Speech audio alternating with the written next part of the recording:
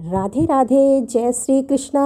एकादशी तिथि भगवान श्री विष्णु को प्रसन्न करने के लिए स्वर्ण अवसर बताई जाती है और ऐसी ही एकादशी तिथि यानी कि पौष मास के शुक्ल पक्ष में आने वाली पुत्रदा एकादशी, यह तिथि अपने नाम के अनुसार ही निसंतान दंपतियों के लिए संतान सुख का सौभाग्य और आशीर्वाद देकर आती है और इसीलिए पौष मास के समय में आने वाली यह पुत्रदा एकादशी और भी विशेष बन जाती है और इस बार यह वर्ष 2025 के अंतिम एकादशी भी है।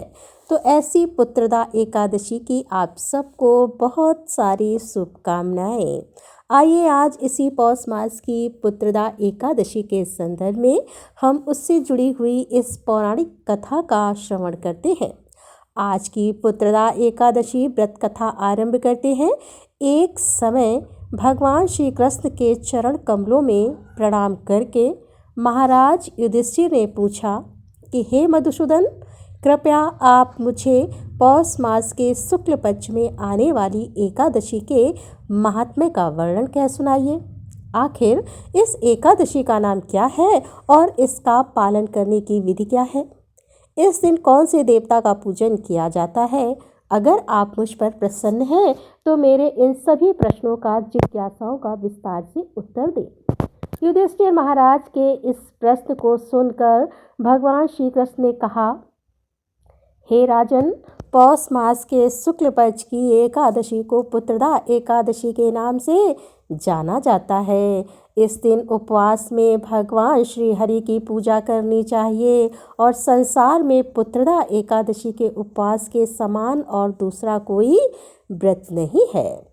इसके पुण्य से प्राणी तपस्वी, विद्वान और धनवान बन जाता है।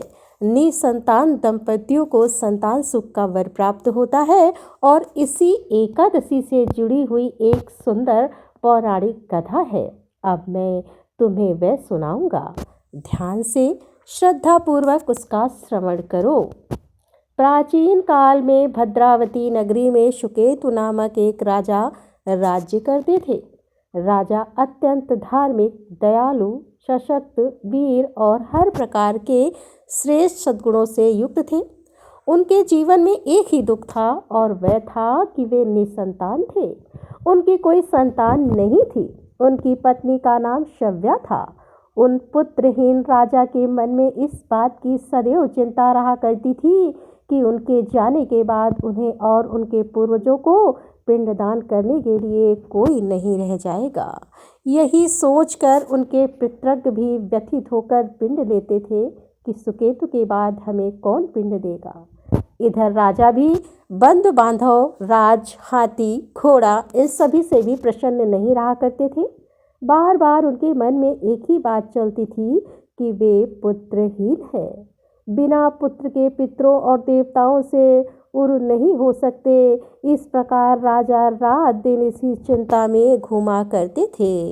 इस चिंता के कारण एक दिन वे इतने व्यथित हो गए कि इतने दुखी हो गए कि उनके मन में अपने शरीर को त्याग देने की इच्छा उत्पन्न हो गई।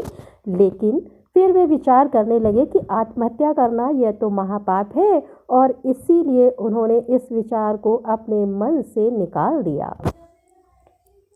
लेकिन एक दिन इसी प्रकार विचारों में लीन रहकर किसी को बिना बताए चुपचाप राजा अश्व पर सवार होकर वन में चले गए। अश्व पर सवार राजा वन और पक्षियों और वृक्षों को देखते उस घने जंगल के अंदर चले गए। उन्होंने वन में देखा कि मृग, बाघ, सिंह, बंदर आदि विचरण कर रहे हैं। हाथी शिशुओं और हथनियों के बीच में विचरण कर रहा है। उस वन में राजा ने देखा कि कहीं सियार कर्क काक शब्द निकाल रहे हैं और कहीं मयूर अपने परिवार के साथ नृत्य कर रहे हैं। वन के इन सुंदर दृश्यों को देखकर राजा और अधिक व्यथित हो गए कि इन सभी प्राणियों और पक्षियों में भी परिवार है, पुत्र पौत्र आदि हैं, लेकिन मुझे ही कोई भी संतान आखिर क्यों प्राप्त नहीं हुई।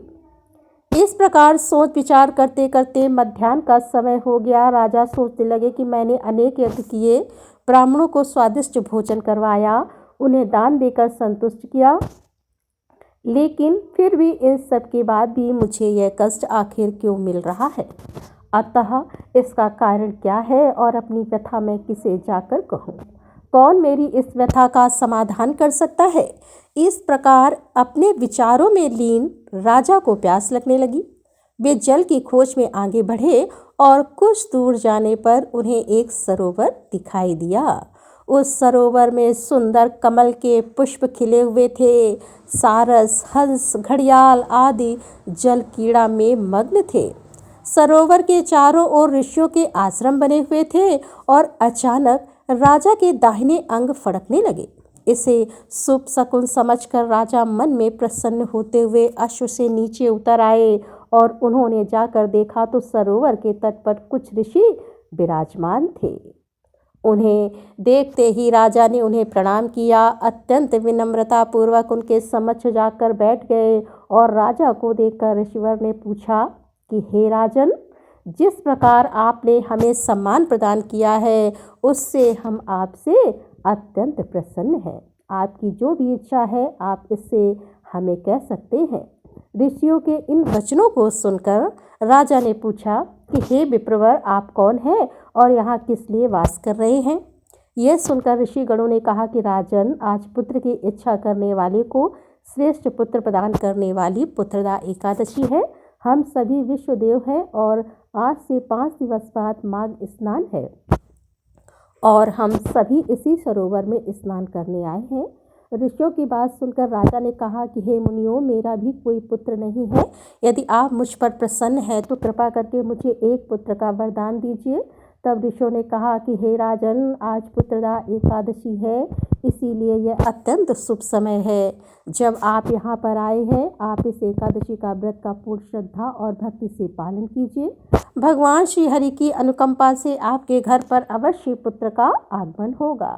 राजा ने मुनि के वचनों के अनुसार उस दिन उपवास किया, उस व्रत के सभी नियमों का श्रद्धापूर्वक पालन किया और अगले दिन द्वादशी पर इस व्रत का निर्धारित समय के अंदर पारण किया।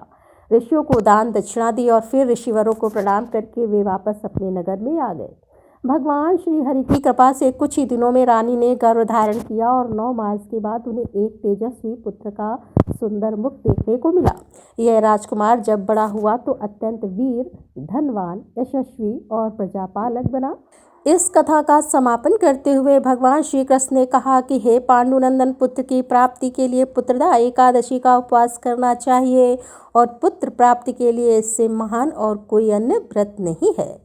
जो कोई भी व्यक्ति पुत्रदा एकादशी के महात्म्य का पाठ और श्रवण भी करता है और विधान अनुसार उसका उपवास करता है, उसे सर्वगुण संपन्न पुत्र रत्न की प्राप्ति होती है और भगवान श्री हरि के अनुकंपा से वह मनुष्य मोक्ष को प्राप्त करता है।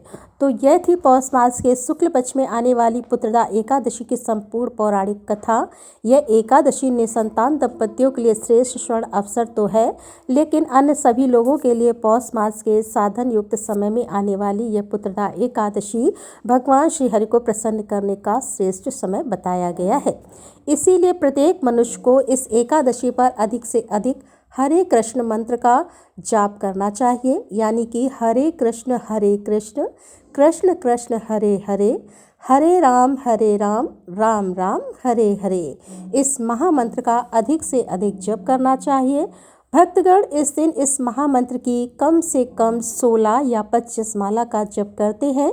इस पुत्रदा एकादशी पर संपूर्ण उपवास का पालन करना चाहिए, यानी किसी भी प्रकार का अन्न जैसे कि दाल, चावल, गेहूं, फलियां इत्यादि का स्वयं प्रयोग नहीं करना चाहिए।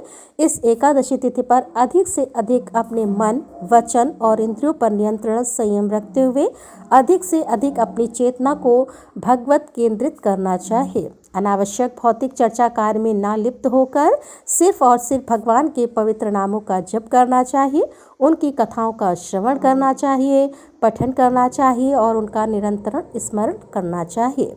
और फिर अगले दिन द्वादशी तिथि आने पर नियम पूर्वक निर्धारित समय के अंदर इस एकादशी व्रत का पारण करना चाहिए। इस प्रकार पूर्ण श्रद्धा और नियम पूर्वक इस पुत्रदा एकादशी का पालन करने से मनुष्य सर्वोच्च आध्यात्मिक गति को प्राप्त कर लेता है। और ऐसा कहा जाता है कि जो भी मनुष्य इस एकादशी की कथा का मात्र मात्र श्रवण भी करता है या पठन करता है उसे भी अग्निष्टम यज्ञ का फल प्राप्त होता है। आदर्श स्थिति यही होती है कि पुत्रदा एकादशी व्रत का पालन करते हुए इस कथा को प्रातः काल में और संध्या के समय दोनों समय में सुनना चाहिए। तो यह थी पुत्रदा एकादशी की पौराणिक कथा और उसकी समस्त जानकारी। अगर यह वीडियो अच्छी लगी हो तो इसे लाइक करके सभी को शेयर कर दीजिए और ऐसे ही सुंदर प्रमाणभूत कथाएं सुनते रहने के लिए आपके अपने चैनल रीता शुक्ला को सब्सक्राइब करके रख लीजिए। राधे राधे, जय श्री कृष्णा, हर हर महादेव, जय भोलेनाथ की।